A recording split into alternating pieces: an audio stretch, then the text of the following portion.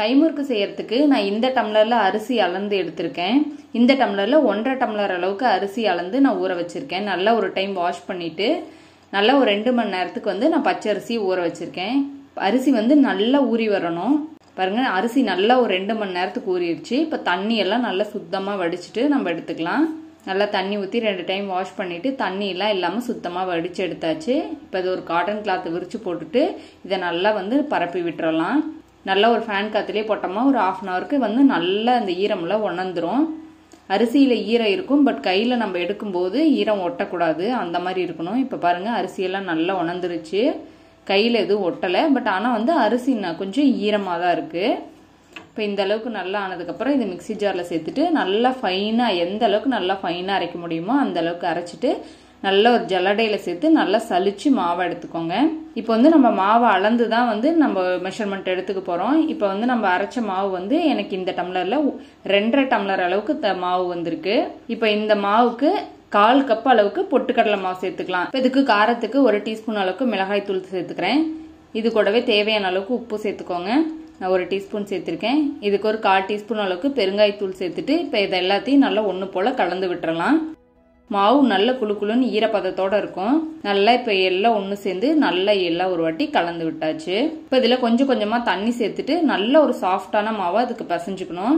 நார்மலாக நம்ம முறுக்குக்கு பிணையிறத விட இது இன்னும் கொஞ்சம் நல்லா சாஃப்டாக இருக்கணும். அப்போ தான் நம்மளுக்கு சுற்றும் போது உடையாத நல்லா அழகாக சாஃப்டாக வரும்.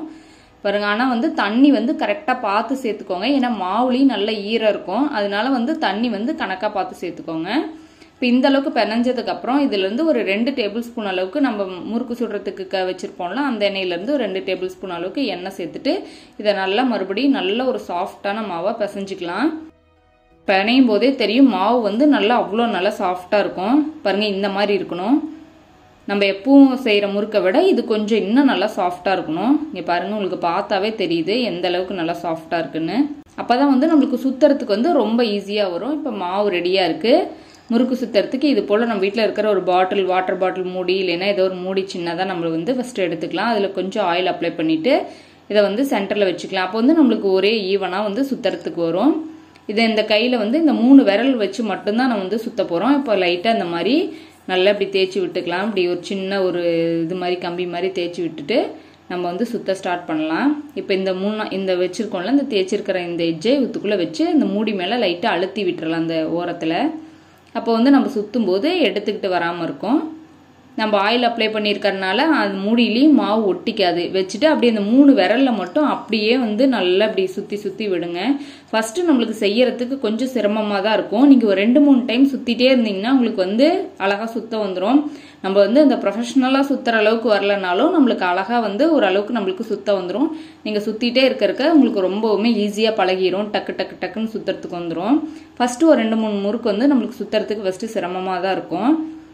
நீங்கள் சுற்றி சுற்றி பார்த்தீங்கன்னா அழகாக சுற்றுறதுக்கு வந்துடும். இது போல் அப்படியே நல்லா சுற்றிட்டே வந்துடலாம். நம்ம எங்கே அப்படி ஸ்டார்ட் பண்ணியிருக்கிறோமோ அதுக்குள்ளே கொண்டாந்து நம்ம மறுபடியும் முடிச்சுக்கலாம். நம்மள இதில் எத்தனை சுற்று வேணாலும் நம்மளுக்கு விருப்பம் போல் சுற்றிக்கலாம். ஒரு 2 சுற்று 3 சுற்று எந்த மாதிரி வேணாலும், எந்த சைஸ்க்கு வேணாலும் நம்ம சுற்றிக்கலாம். இப்போ ஒருவேளை நீங்கள் சுற்றிட்டு வரீங்க, சுற்றிட்டு வரும்போது இடையில கட் ஆயிடுச்சுன்னா மறுபடியும் அது கூட மாவு எடுத்து அப்படியே ஜாயின் பண்ணி விட்டு அது மேலேயே சுற்றிட்டு வந்துடுங்க.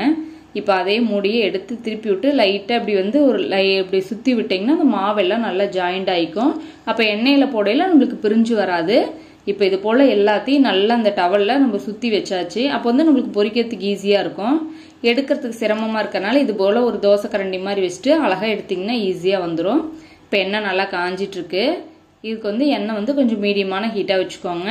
காஞ்சதுக்கப்புறம் வச்சுட்டு ஒவ்வொரு முறுக்காக உள்ளே சேர்த்துடலாம். இப்போ எண்ணெய்க்கு தகுந்த மாதிரி முறுக்கு சேர்த்துட்டு நல்லா ஒரு சைடு வந்ததுக்கப்புறம் திருப்பி திருப்பி போட்டு நல்லா கிறிஸ்பி ஆகிற வரைக்கும் நல்லா வேக வச்சு அவ்வளோதான் எடுத்துக்கலாம். நம்ம கை முறுக்கு ரொம்ப சூப்பராக ரெடி ஆயிடுச்சு. இந்த ரெசிபி கண்டிப்பாக நீங்கள் வீட்டில் ட்ரை பண்ணி பாருங்கள். எப்படி வந்துச்சுன்னு சொல்லுங்கள். இந்த ரெசிபி உங்களுக்கு பிடிச்சிருந்துச்சுன்னா லைக் பண்ணுங்கள், ஷேர் பண்ணுங்கள். நம்ம தெய்வாஸ் நலபாகம் சேனலுக்கு சப்ஸ்கிரைப் பண்ணிக்கோங்க.